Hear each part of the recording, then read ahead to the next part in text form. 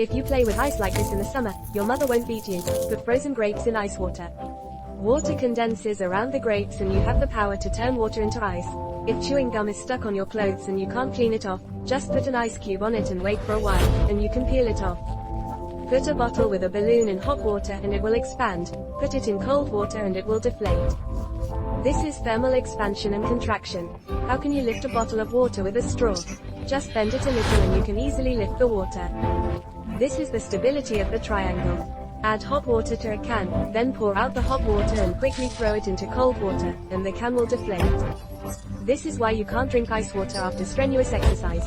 Don't eat the chewing gum you bought. Shape it into a cone. When it's not paying attention, hit it with a coconut. The coconut will open. This is the power of non-Newtonian fluids.